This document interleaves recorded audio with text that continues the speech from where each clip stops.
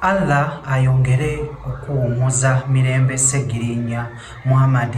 Kakati DNA results sino munnange zafulumye era gwe omukyala ali eyo nga wawaayo omwana n'ogamba nti omwana ono wa Sseggirinya omugenzi Sseggirinya kati essaawa eno omugenzi munnange nno DNA zifulumye era wulira bino ojja kubeera ng'omanya ku baana omwenda abateekebwawo ne bagamba nti bonna ba mugenzi Sseggirinya Muhammad. Munnange no DNA results bwe zifulumye abaana 4 be balabise nti nno be ba Sseggirinya Muhammad era abaana abataano bonna si ba Sseggirinya Muhammad.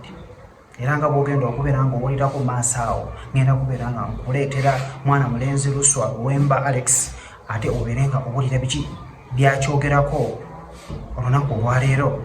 Naalongo Joy Ematugga mukwano yonna gy'oli amawulire ndowooza gaakutuuseeko dda.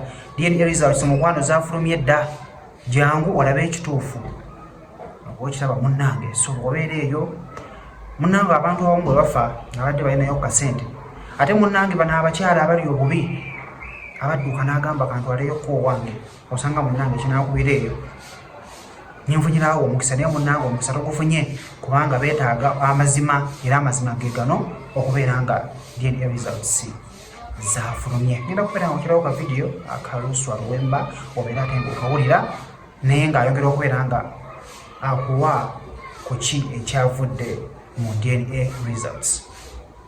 Sseggirinya ab'omuntu mbweye ku baana 4 ku 9 abateekayo abaggyibwako ndagabutonde.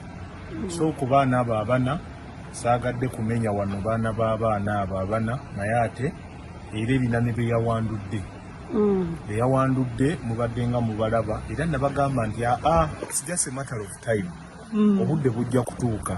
Bwe teweebuuzangako ebikolwa by'abakyala abo ng'olaba si bya buntu, oli n'atuuka okubeera nga maiti ekyali mu nju ye ng'anaalaajanira mmotoka ayagala ttaka akola bw'ati, tugamba waapi. So kyatukoze bulungi nnyo nti abasawo abakugu basobodde bulungi nnyo okutuwa results, era results ezo twazifunye. Wakati mu kuzifuna twagala okutambulira ku abafamily bajja kutambulira ku guidance za bannamateeka, kubanga tukimanyi bulungi nti omugenzi teyaleka ddaame na kintu kyonna kyekuusa ku property ye.